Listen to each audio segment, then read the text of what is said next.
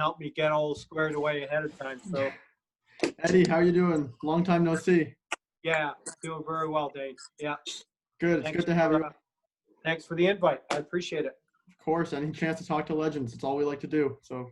I don't know about that, but hopefully we can have some fun for the next of course. 45 minutes to an hour, however long you guys want. So. We're on your time, man. It's all good. Okay. So this is for our YouTube channel. It's our first episode, so you're our honorary first guest. Well, welcome. Welcome, yeah. Nice. Yes. I want to introduce everybody. So up in the top corner, that's Chandler. Hey, nice to meet you. I'm good. How are you? You and I've got the same hair going on. I happen to have a hat on. We've got Paul in the other corner, and on the bottom is Dylan.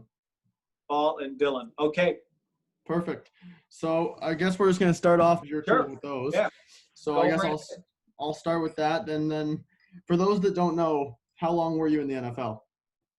I played a total of 19 seasons. So from I was drafted in 1980. Came in the same draft with Billy Sims, and I retired in 2000. So it's actually 21 years span, but I had 2 years in there that I didn't play. I didn't play 1 year, and then I retired, and then I got kind of pulled out of retirement by the Redskins and I should say Cowboys, and then Redskins. I played a final year.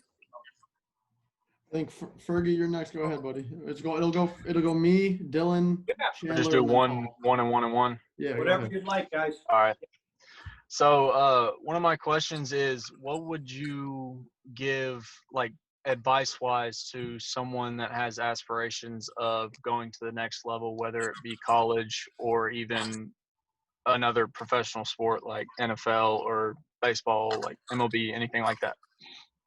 Well, nowadays there are so many options. Look at what we're doing now. We're on Zoom call. Like, what we didn't really know of Zoom, about a year ago, I think it kind of came out. I might even be less than that.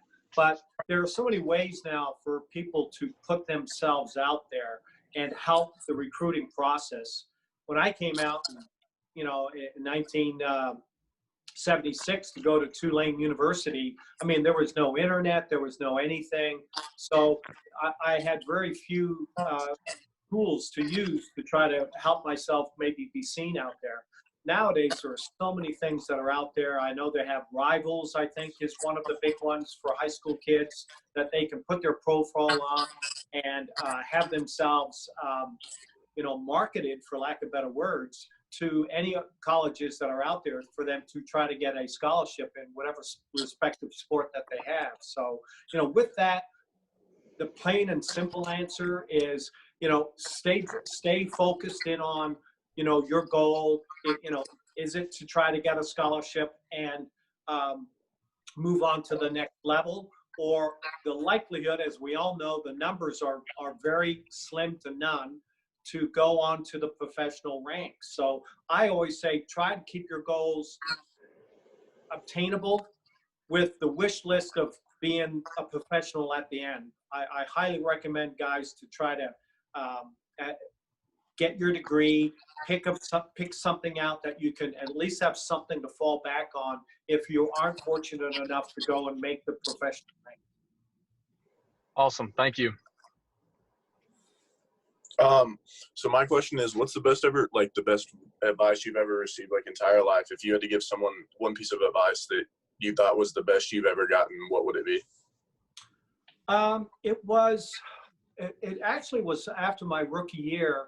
I had a phenomenal rookie year. I was voted into the Pro Bowl my rookie year, and I ended up being the first rookie to be MVP in the Pro Bowl game in the 1981 Pro Bowl.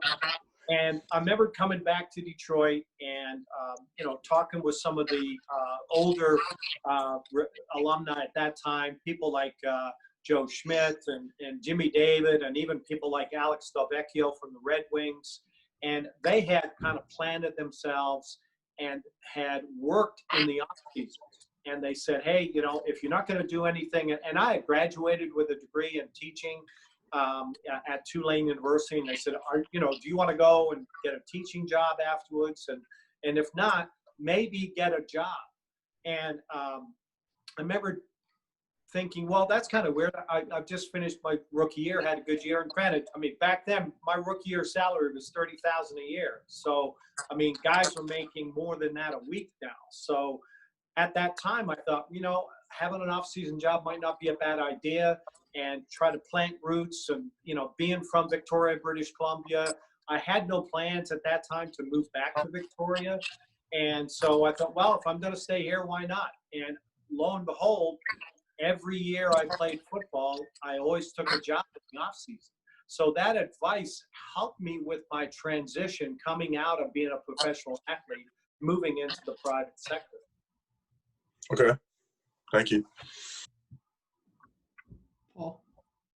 Okay, so I have one question now that we're talking about jobs and all that.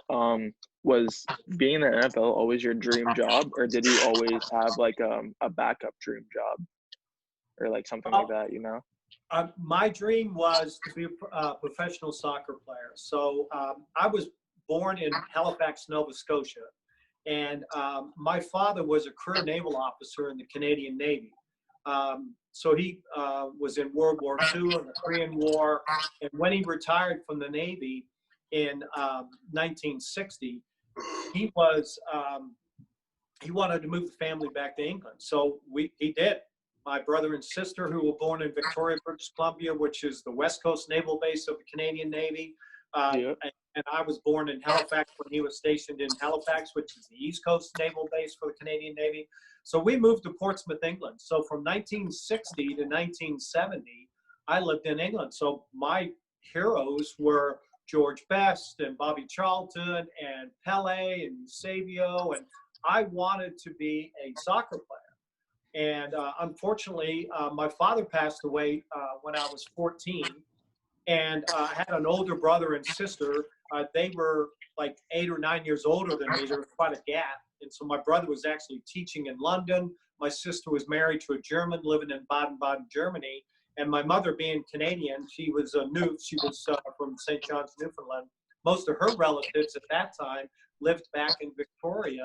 So after my father was buried, my mother and I moved to Victoria, British Columbia. We actually left on my 15th birthday, August 29th. We moved to Victoria, British Columbia. So I grew up wanting to be a professional soccer player, and I had no aspirations of kicking a football, that's for sure.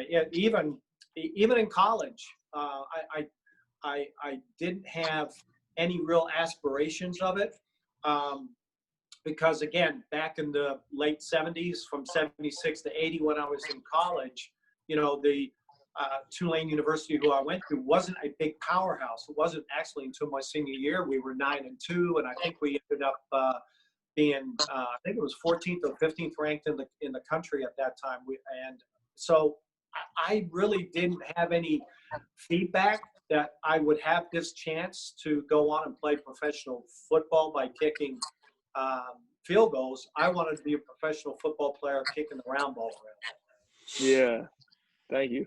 So, Eddie, I watched the Super Bowl 28, your Super Bowl with Dallas, and it looked like the team was fairly sluggish in the first few drives. Like, you were utilized a lot when you came right out there. You got two field goals in the first quarter. So from going out to that to going into halftime, what was the conversation in the locker room like when your coach had to sit you guys down and say, listen, you guys have to step it up? Yeah, it was a little alarming for us because we had been a pretty potent offense at that time. Going into the playoffs, we were really on a good run. We had beaten Green Bay in the divisional game, and then beat San Francisco in the NFC Championship game, and we were really cooking.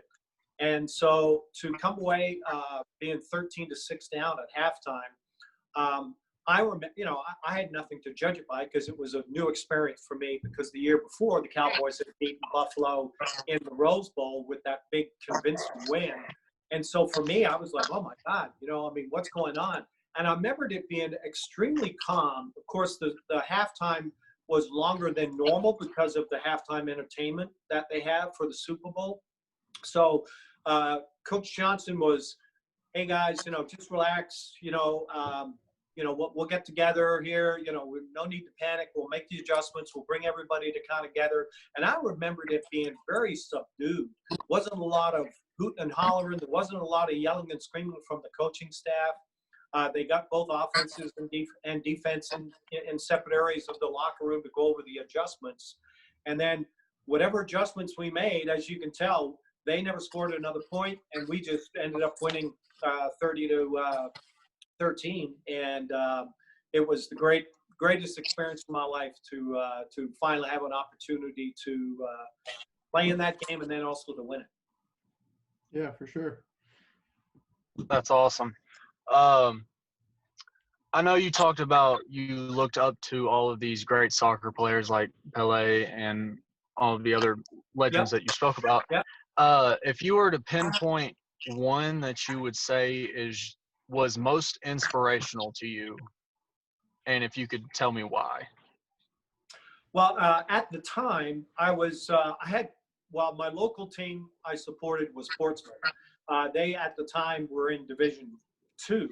Now they have the Premier League and Champions League and Division I and II, so they would be theoretically in the Champions League. So my teams I watched were two teams, Chelsea and Manchester United. And I was maybe a little bit more on the Manchester United side of things because they had a player at the time who was extremely unique. He was, maybe the Joe Namath of the era at that time, George Best. George Best was an Irish player, a young guy, and had the big old lamb chop, sideburns, and the long hair, but he had phenomenal ball skill. And back at that era in English soccer, having the ability to dribble and get past people was kind of a prevalent thing. If you were really good at that time at doing that, and they had a lot of players at that time that were really good, but he was so unique, so ahead of his time, and he had this flamboyancy off the field also. He was known as being a ladies' man and somewhat of a drinker, and ended up being, unfortunately, his demise. He ended up dying from liver cancer from alcohol issues that he had. But at the time, he was such an unbelievable player, and I was just mesmerized anytime that we could have Manchester United on the TV at that time to watch.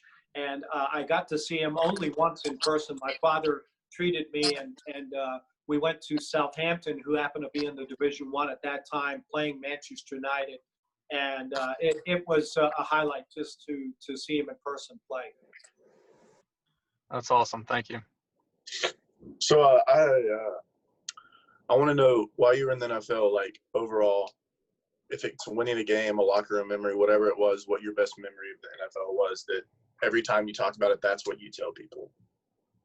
Well, of all the things, even as a Lion player, but also when I got released by the Lions and I started to play for different teams year at a time afterwards, there would be people who would bring up this one kick, and the kick was, of all things, it was against the Dallas Cowboys at the Silverdome, and it was the 12 men on the field kick. I know if you YouTube me, it's like the only thing that is really on YouTube of me, where we had 12 men on the field. We had this kind of Chinese fire drill type of situation, and it was kind of funny how it worked out, that actual kick, because Joe Madden, who was our special teams coach at the time for the Detroit Lions, he at training camp started practicing this kick. If there was no timeouts left and we got to play within field goal range, how much time would it take to get the offensive players that weren't on the field goal team off the field, and then the players that were going to be on the field goal unit on the field? And we would practice this. And I remember going, God, we're never going to be in this situation. I used to hate doing that drill. And he would do it like once a week. We would do it not only during training camp, but also during the season. And lo and behold, the scenario came up in this game. So we were in a tight game with the Cowboys. We needed a field goal at least to win the game. And at the time, have to preference the rule for downing the ball. You know, now they just take the snap and they throw it in the ground right in front of you. But at the time, you had to actually take a snap and throw the ball out of bounds. And when the ball crossed the sidelines, that's when they would stop the clock. So it's a little different now. So, but at that time, that's what we had. So Eric Hipple had thrown a seam pass to Ulysses Norris right down the middle of the field, and it gotten to like I think it was like the 25-yard line, because I remembered it being a 43-yard kick, so it'd be roughly 7 or 8 yards back from there. And Joe Madden at that time was saying field goal team on the field. And Eric Hipple, who was my holder also, but was also the starting quarterback at that time for the Lions, he was running up to the line going clock, clock, clock, trying to clock the play. So there were actually Leonard Thompson, who was a wideout. He was on the left side of the field just standing there. Ulysses Norris, who caught the pass, wasn't on the field goal team, but he lined up as a tight end, like in his normal position. So we had people on the field and in positions who shouldn't be there. And then Eric saw me running on the field going, oh my God, we're actually going to kick this. And so he just ran back quickly to a spot that I gave him. And I didn't really take any steps. I just kind of backed up a little bit and snapped the ball and kicked it. So because there was so much confusion going on, and at the time when they took a still picture of the kick, there were actually 12 people on the field. The officials were trying to count the Cowboys who were on the field. They're trying to count us. And because of the kick, and I made it, and the players running on the field, there was all this confusion that they just had to let the play go. But in actuality, we had 12 people on the field, but we had a number of people who were actually wide out in the tight end who shouldn't even been on the field. That's cool. Really quick before Paul jumps in, I do want to share this really quick. For those of you that don't know what Eddie's talking about, share this. This is the kick. So I don't know if you guys can see this or not, but this is the kick right here with this 12-man on the field play he was just talking about. So I figured I'd put that up so you guys can see it. Stop sharing. Yeah, crazy. Wow. Paul. Okay, so yeah, I have a question for you. It was earlier you mentioned year by year, after a while you start playing for different teams. Yep. What was it like playing against players on another team that you used to play for? That was a little difficult. I know the only time that kind of, it cropped up when I went to Dallas. I then also played for Washington, and I played for Philadelphia. So they're in the NFC East. So we would play them every now and again, of course, home twice a year. So playing those teams used to be interesting. But I only had one situation where I actually played against the Detroit Lions, where it was a interesting scenario because it came down. We were playing the Lions when I was with the Redskins in 1995 at RFK Stadium, where I had to go out and kick a field goal at the end of the game to tie the game up to go into overtime. And I remember going out, and I'm hearing every hoot and holler and cackle call from the Detroit Lions sideline to try to distract me. And I made the kick. We went into overtime, but when I made the kick, I turned around and I pointed up and down the sidelines and had a nice little giggle. And I thoroughly enjoyed making that field goal. And we went into overtime, and then of all things, we intercepted, Darrell Green intercepted a pass from Scott Mitchell and returned it for a touchdown. It was only like an 8-yard interception return because I remember them being really close on their goal line when it happened.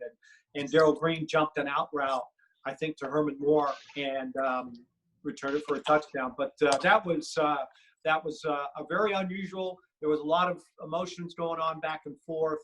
I liked the outcome of the game because we won it, and to kick that kick like I did at the end of the game was very gratifying. So, Thank you. Eddie, everyone sees what you do like on the field when people are recording and the cameras are rolling, but now you're done. You're retired. You're not in Yeah. the NFL. What do you Yep. what do you do now? Because I know you do a few things for your community, and I know you host events and stuff like that. So what do you do along those lines instead of yours? The past 10 years, I've been in nonprofit. There's an organization I got involved with called Hope Now. They're based out of Grand Rapids. And our services are mental health and autism and an early reading program. We actually are one of the largest nonprofits in the state of Michigan. We're only in the state of Michigan with what we do. So we service over 35,000 mental health patients in every county of Michigan. And we have 4 early diagnosis autism centers. And we have a early reading program that we service all of the Flint elementary schools. And we're in 12 of the 14 elementary schools in the Detroit school system, with a total of about 80 schools in the state of Michigan. So it's been somewhat a labor of love. I didn't think I would ever end up in nonprofit because I basically, like I said, most of the jobs I did in the off seasons as an athlete, you're a sales rep or new business or outside sales. Those kinds of things were kind of the things that I was doing. A lot of course, here in Michigan was a lot of automotive related jobs. So falling into nonprofit and the work that Hope Network does really has become a labor of love. I've really enjoyed it. As you had mentioned, Dane, I have a golf tournament at Oakland University that helps raise money. Unfortunately, this year we had to cancel it because of the coronavirus that we're going through with all of the shutdowns. And what we felt it best to cancel our event, which was supposed to be June 22nd this year. And we're hoping that we'll be able to have it for next summer. But I've been very honored to be a part of such a great team. We have about 3,300 employees. We're about a $170 million nonprofit, so we have a huge footprint in everything that we do and the service lines that we help the people of Michigan. Well, you're a phenomenal person for good that. Thank job. you for everything you do. You're an Yeah. inspiration, and you set a great example for every athlete that steps out and knows they should do something to help. So thank you for that. Thank you. Is it my turn? Yes, well, I don't know. The order's been skipped. Just keep firing them at me. We'll see what we can All do. right. All right. Let's see. So if you could describe the NFL's atmosphere, just like in general, how would you describe it? Well, it's gone through a lot of changes. I mean, the big thing now, the evolution of the game has gotten so big. TV has become its biggest supporter. I think each year they divide $9 billion in TV revenue between all the teams. So that is why they're the biggest sport in North America, and they have the support like they have. And then you throw on top of it the salary cap and the monies that these guys are making. It's just unbelievable that the amount of money that these guys are making. Like I'd said to you, I mean, my rookie year, I was making $30,000 a year. When I retired in 2000, I was making $30,000 a week. And that was veteran minimum back then. So veteran minimum in 2000, I think it was 400,000. I mean, nowadays, guys don't sign their name for 20,000. You know, if they go do an autograph session, they're getting unbelievable amounts of money. So the money's changed. So because of it,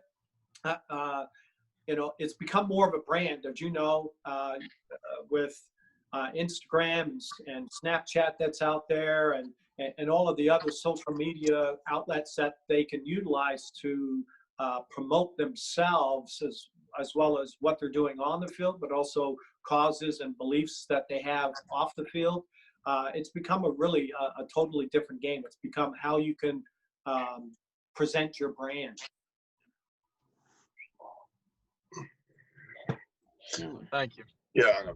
So I have a question for you. So for your college atmosphere, what was the difference locker room wise from your college atmosphere to your NFL atmosphere in the locker room? Well, I think atmosphere-wise, they carry over. I mean, the intensity in a high school locker room getting ready for, their game on Friday nights is the same as colleges on Saturday as well as Sunday for the pros. Right. That really never changes. The intensity, and you're gonna have a bunch of guys that are rah-rah and all hyped up, and then you're gonna have some guys they got their headphones on and they kind of subdued, or they're a little bit more into their own world. And that covers all levels of football, whether it's high school, college, or pros. So that really doesn't change. The level of play, the speed of the game definitely changes. I remembered I heard an analogy. When you go from high school to college, you separate the men from the boys, and when you go from college to the pros, you separate the men from the animals. And it's the intensity that goes when you go from those levels, especially when you go from college to pros. The pros, that's how people make their living. So they bring a different attitude to the game. The intensity, the speed is that much higher. And the guys who can handle it, they stay, they make the team, and they get what they can out of their career. But the guys who don't, if that speed and the intensity of the game is something that they can't catch up to, or they can't grasp at a early stage, then they're going to have some difficulty in the game. Yes, sir. Thank you. I have one true Canadian question for you. Is it football or is it hockey? For me, if I'm to watch, I'm watching a hockey game. Hockey game? I might be the only Canadian that can't skate, though. That's the other thing. I know it's a prerequisite, that you got to drink beer and you got to be able to skate. So unfortunately, skates, as much as I've tried to, I did it a little bit when I was in high school. But again, those skating years, I was in England kicking soccer balls around. So from that 5 to 15, I didn't have skates on. I tried to do it a little bit in high school, didn't have much luck with it. I could skate, but I couldn't stop. So I used to smash myself into the boards or just fall I still down. do that. It's okay. I still do that. Yeah, it's not too healthy for the body. So I thought, okay, No. I'll just stick with cleats on my feet rather than skates on my feet. But I love watching hockey. Absolutely love it. What's your favorite team? Well, it's kind of hard here in Detroit, to not support the Red Wings. So I'm a big Wings fan for a long time. I remember going back in the early 80s when you could buy a nosebleed in Joe Louis and go sit by the glass. And so it was nice to see the transition with Mr. Ilitch coming in and buying the team and changing things around the way he did. And I always joke with people, can you remember the very first year when Mr. Ilitch bought the team? Can you remember the big promotional thing he used to do at every game? You guys more than likely can't remember because you're too young. But No. he used to give away a car at every home game. So you had to buy a program to get the ticket number for the car that was given away. So that was his big thing. Gave a car away. Next year, I think he gave a car away, and then afterwards, he didn't do that anymore because now he started getting people in. He started changing the team around. Mr. Devellano was drafting more players. Stevie became captain. All those kinds of things were all falling into place. But that was the big unique thing that Mr. Ilitch did to get people in the stands, was he giving away a car at every home game. Oh, that's crazy. Thank you. Yeah.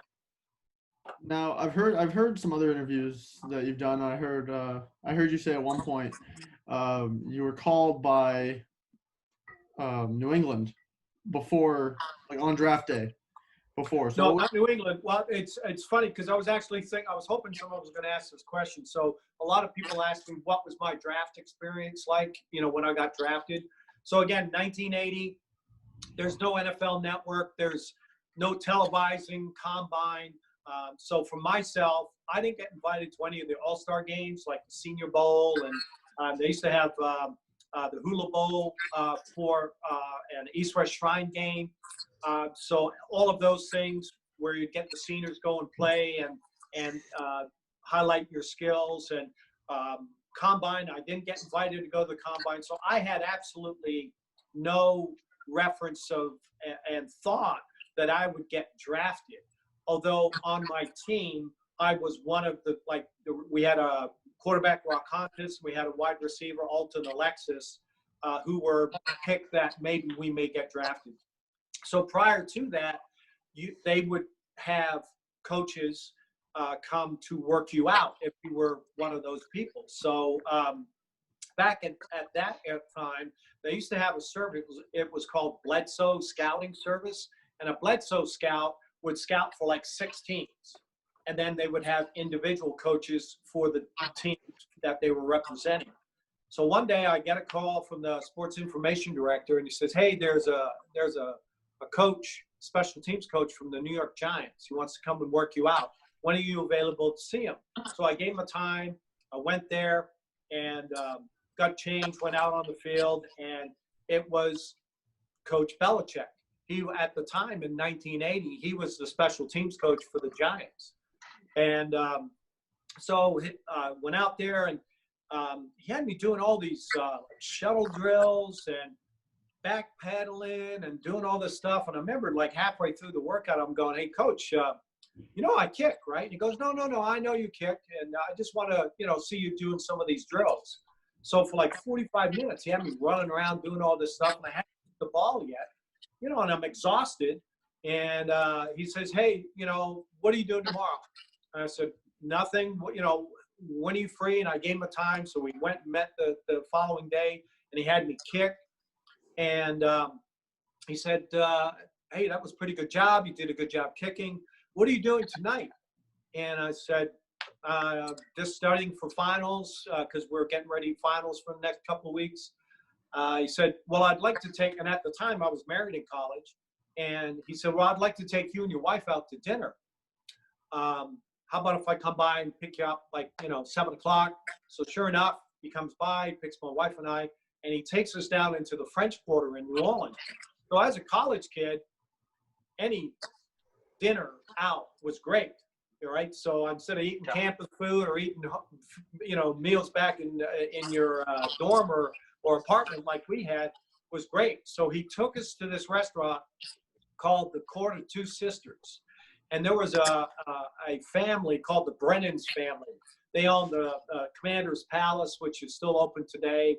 There's all high cuisine of Cajun food, and Court of Two Sisters was one of their other restaurants that they had. It was a beautiful restaurant, very expensive. So we're like, "Oh my God, this is phenomenal," right?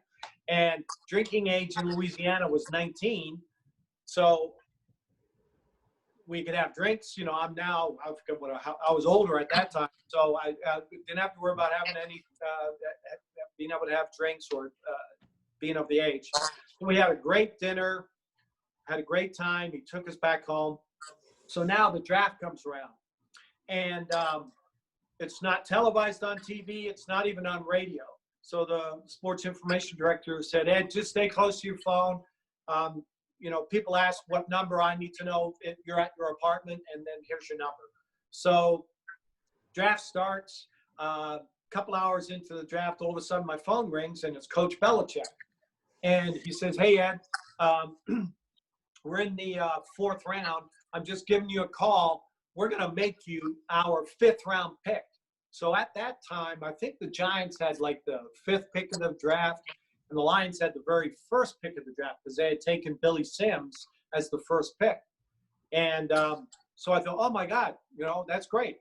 So I don't know, whatever. Time goes by, 30, 40 minutes or so. The phone rings again. It's Coach Belichick. He goes, "Hey, Ed, we had someone fall to us that we didn't expect. So we took him as the 5th round, and we're going to make you our 6th round pick." So I'm going, great. 30, 40 minutes go by again. Phone rings. It's Coach Belichick. He goes, "Ed, you're not going to believe it. Someone else dropped to us, and we had to take him. So we're going to make you our 7th round pick."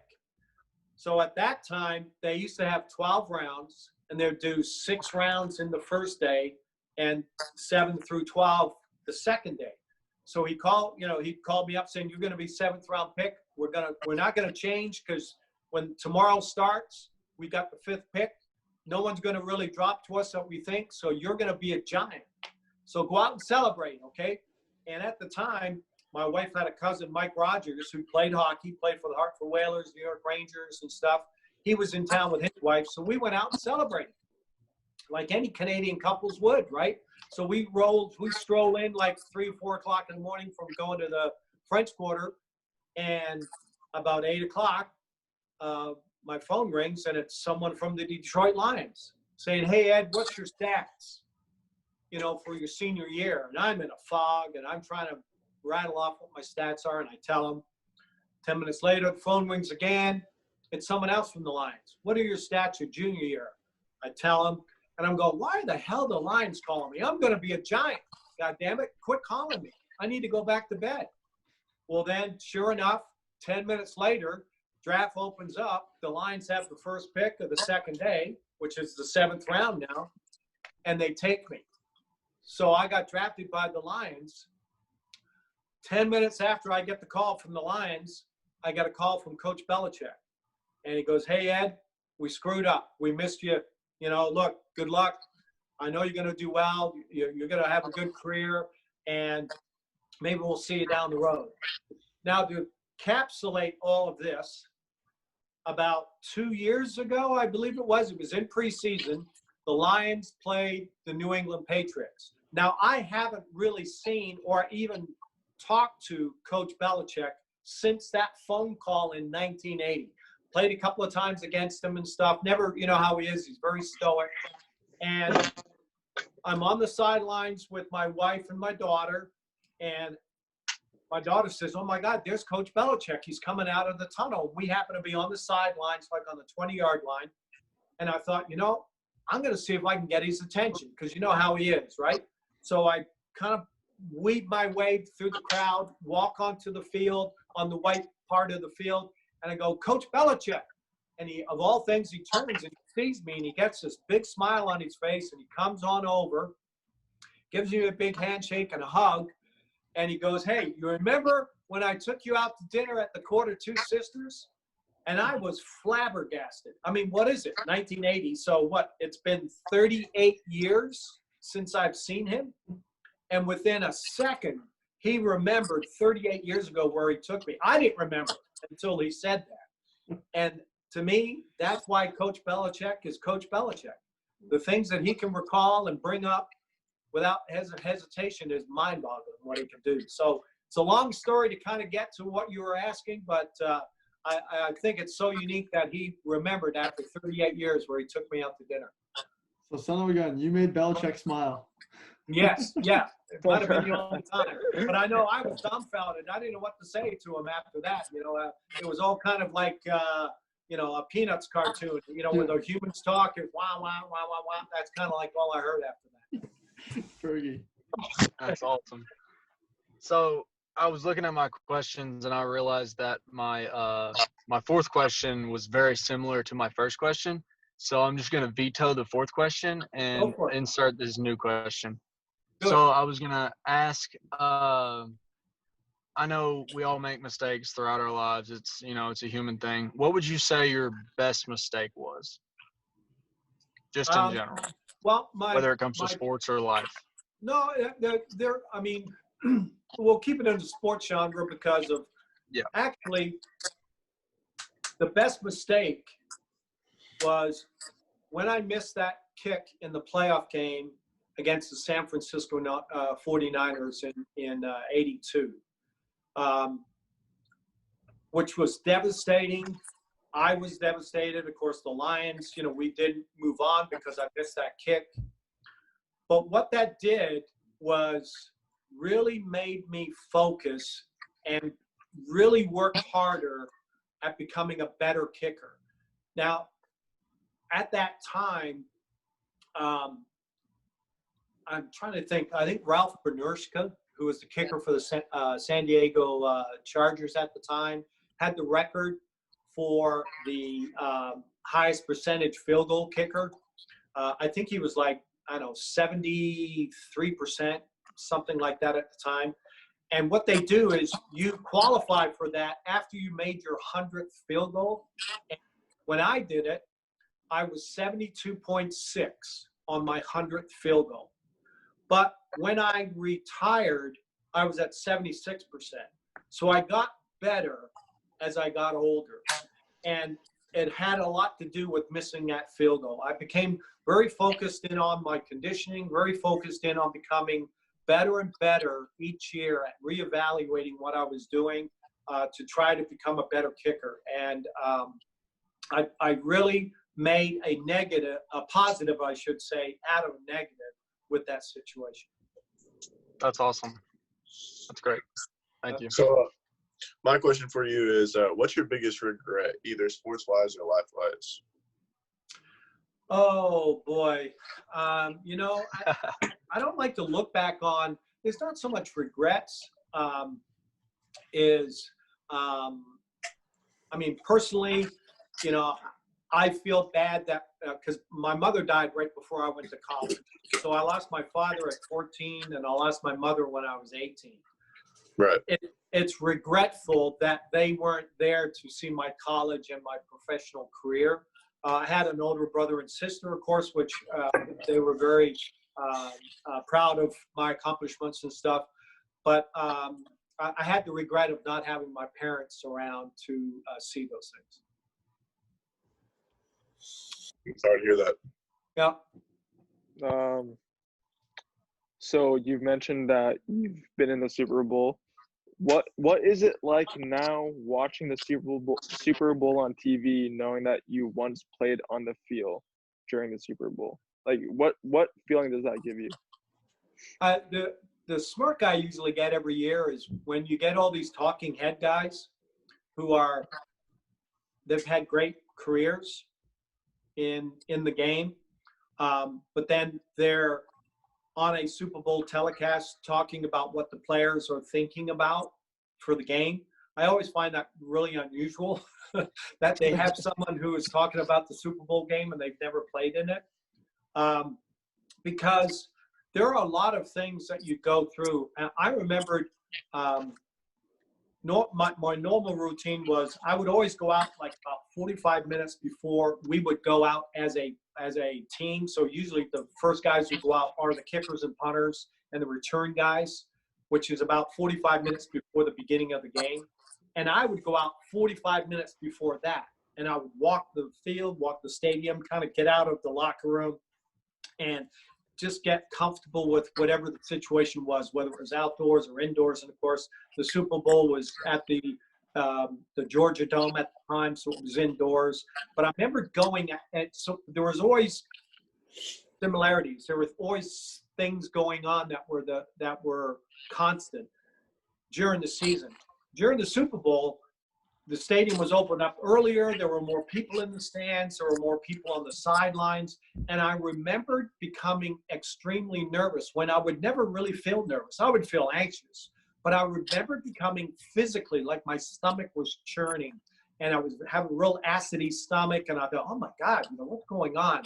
And I remember my warm-up with the team was the worst I've ever had in my career. I was like, I couldn't make a field goal. I remember the special teams coach and the kicking coach there going, Eddie, what's going on? And I'm going, I don't know. I feel like I'm kicking everything where I'm aiming it, but I was missing a lot of kicks and just had a terrible warm-up.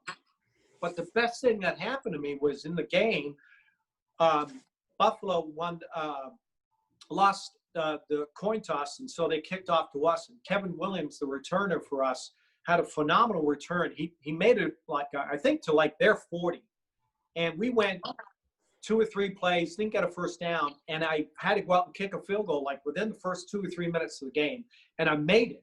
And it was like then all of a sudden it just became another game. It didn't become the Super Bowl anymore, and that was the best thing that happened to me. But I remembered all those feelings being totally different prior to the game starting. But then once the game started, it just became another game. So, Thank you. as your football career is over. You're now into different things. Are you still connected to guys like Troy Aikman? Are you still connected to like Emmett Smith? Are you still connected to Irving? Are you, all those guys? Are you still do you know any of the people you've played with in the past still? Like you've connected to them? I'm more with the Detroit guys and the guys that I played with because I'm on the Detroit Lions alumni here, and I'm on their committee where we have for our golf outing to raise money for local charities through our alumni association. I've seen other guys like Troy and Emmett at golf outings that I get invited to. I used to play on that Celebrity Players tour where they have the Tahoe event. You know, was the big thing that they have. I played in that a couple of times and played in events that Troy and Emmett have played in. And I used to play a lot of golf with both Troy and Emmett, Bill Bates. We used to play a lot of golf together. And I see some of the other guys from the other teams that I played with, Randall Cunningham when I played with Philadelphia, Gus Frerotte, who was with the Washington Redskins. He actually came here to Detroit, so we used to see a lot of each other. We keep in contact. So it's more peripheral with them, maybe just through social media types of things. But I haven't seen those guys.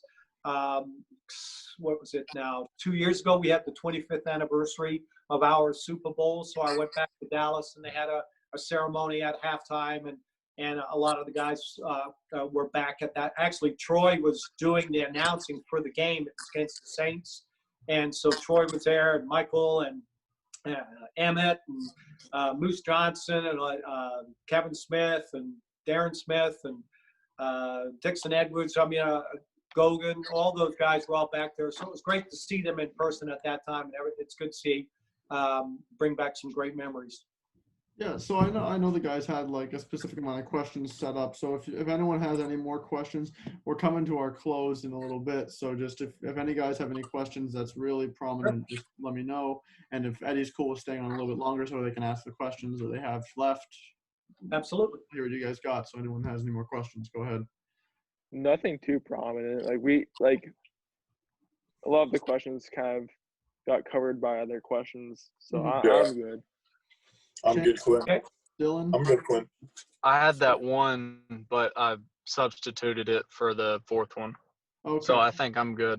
Well, then my last would be, what are you doing right now that COVID's on? How are you working from your house, stuff like that? Are you staying quarantined, like most of us, as we all know, working from home with everything.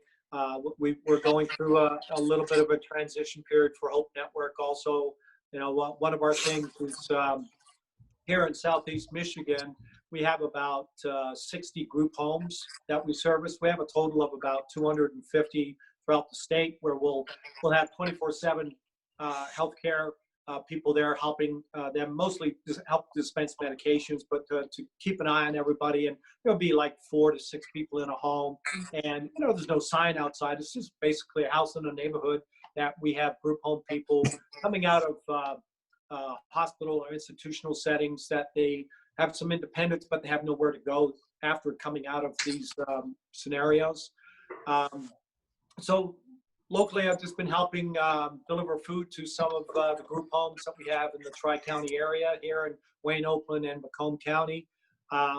Unfortunately, we've had about 3 of our direct care workers pass from the COVID virus, which has been very sad for us at Hope Network that this has happened, but it's a situation that we're all in. We're trying to do the best that we can with the governor and her restrictions that she's been laying out on us here, and doing the best we can to continue to provide the services for the mental health community that we service. Well, you know what, I think everyone here can agree. Everything you do, your charities, you're helping the community, it's really an inspiration. We're really glad to hear that you're doing all that.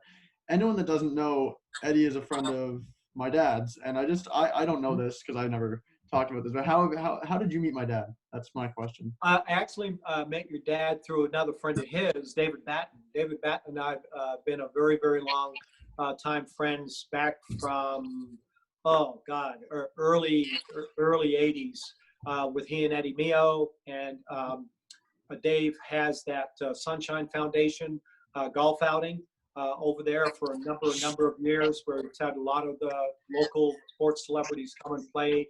And I was asked to come and participate to help them with the Sunshine Foundation to put together flights for kids so they can go to Disney World and stuff. So that's where I ended up meeting your dad, with him supporting those events, and just had a great time. Your dad's a special guy. You're very lucky with your mom and dad, and he does a lot of really good things also. He's been very supportive of Hope Network as well as the Sunshine Foundation in Windsor. Okay, well, Eddie, the former NFL kicker, we love having you out here. This was great. Thank you so much for joining us. Thank you. For having me, guys. Thank Really you. Thank you We so hope you much. stay safe through COVID, and just if you ever want to, we'll probably have you back if you want to join us again. And Anytime, it would be my pleasure. I'm really honored that you guys chose me first, and sorry for the long-winded answers with some of these things. Fine. No, But it was nice. stories, and hopefully you guys enjoyed them. it was a pleasure listening to you, Yes, Eddie. sir. Honestly, Yes, sir. good to see Thank you. Have a good one, Eddie. Take care. Thanks, Eddie. Cheers. All righty. Bye. Bye. Bye-bye. Bye. All right, everyone, Hey, everyone, that was everyone sick. that watched, I think we can agree that was pretty cool. You know, I want to thank Paul again for watching and joining us. So Dylan's clearly already left. So, but you know what, everyone, thanks for watching. Chan's now playing with his paper airplanes because, you know, what else would you do? Everyone have a good one, and we'll see you next time. All right.